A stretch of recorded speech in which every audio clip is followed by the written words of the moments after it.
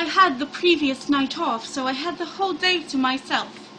I picked up my friend and we decided we'd celebrate the end of the summer with a big meal at the best place in town and a final fling on the beach. It wasn't like some rock and roll song where we pot tearfully because we got to go to the same university, and we'll see each other there the next week.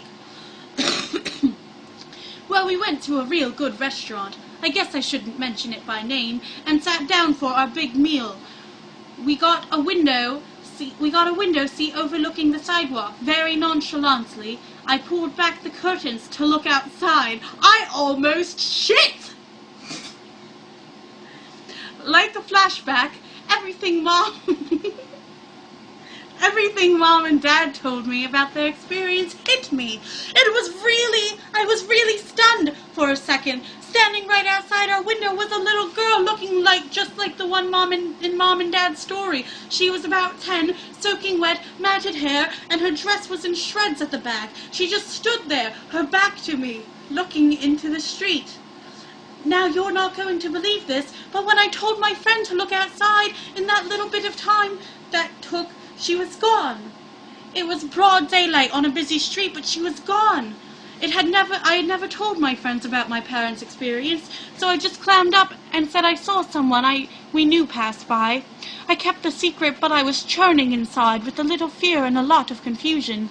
Later that day, Todd and his friend went for their last fling on the beach.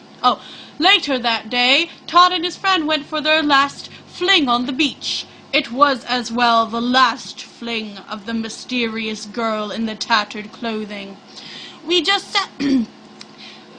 settled onto the beach, Todd remembers, and laid down on the hot blanket to catch some sun. It wasn't a typical hot August day, but it was fairly warm. Tim Burton's birthday is in August. More trivia.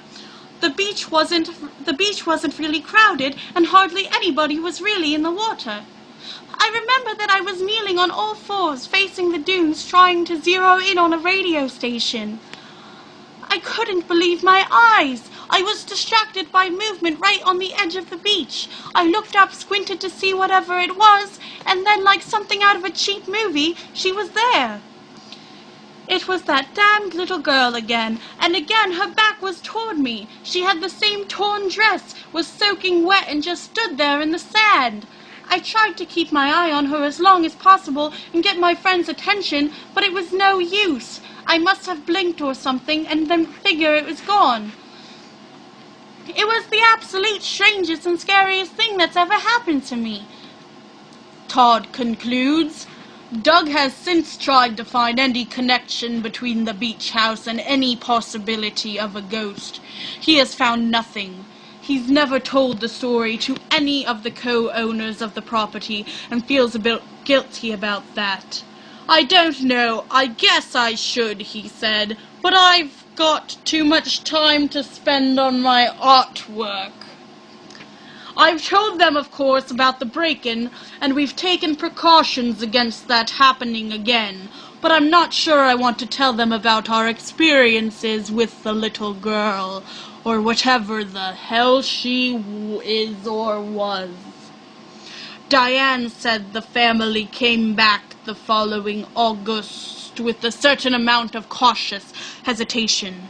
Nothing happened.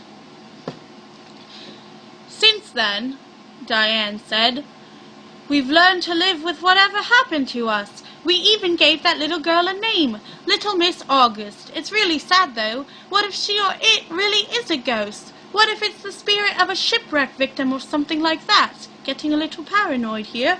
Maybe it's trapped here on Earth, at this place, and doesn't know who to turn to. I don't know, maybe the ghost painted herself in the painting, in some desperate move for identity or something. I know it sounds, and probably is, impossible. I've done a lot of reading about apparition spirits and things like that.